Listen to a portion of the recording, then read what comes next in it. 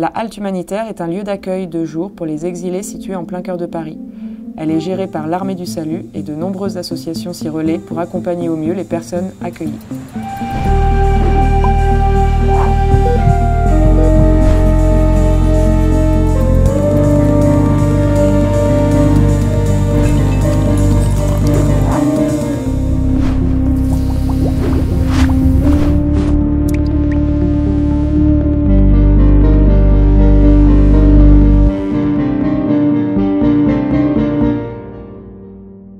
Je viens 3 jours par semaine.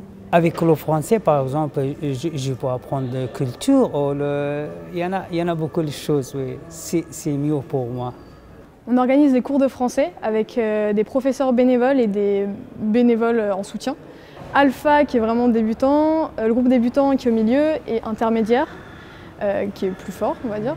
Une fois par semaine, je viens maintenant depuis plus d'1 an donner des cours de français ici à la halte et c'est plus que du plaisir, c'est du bonheur. Comme il y a autant à donner qu'à recevoir de leur part parce qu'ils sont très demandeurs, quel que soit le niveau qu'ils peuvent avoir. Ça se sent qu'ils ont envie d'apprendre, de comprendre, de communiquer. Et par ailleurs, ça m'a beaucoup touchée parce qu'ils m'ont dit « Ah, t'es là demain ?» On essaye surtout d'axer sur la parole parce que c'est le plus important, il faut les rendre autonomes. Après, qu'ils sachent lire et écrire, c'est dans un second temps. Il y a une forte demande en règle générale pour les cours de français et aussi une demande pour le code de la route parce qu'ils savent que c'est vraiment important de disposer d'un permis de conduire pour pouvoir trouver du travail. Particulièrement quand l'administration française les envoie dans des zones rurales où la voiture, dans ce cas-là, est indispensable.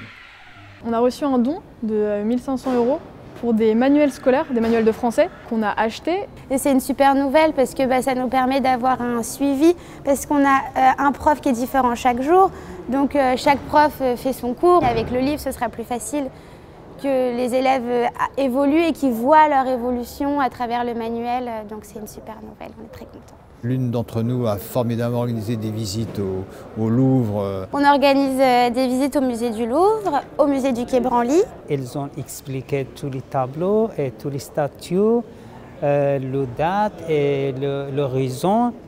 Et ils ont expliqué en français. C'est pas la peine de leur expliquer la civilisation grecque sur une statue, mais en revanche, pour parler des bras, des jambes, etc., c'était formidable. Les appartements de Napoléon III, ce qui avait de formidable, c'est au-delà de l'aspect bling-bling de cette partie du Louvre, c'était l'intérêt qu'ils avaient pour les objets les plus usuels. C'est-à-dire il y a toute une exposition de tasses à café, théières, Second Empire, etc.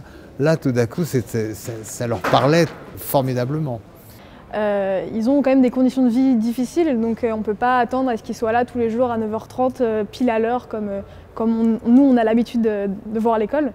Mais ils font des efforts pour être là et c'est toujours une bonne ambiance, ils sont toujours motivés.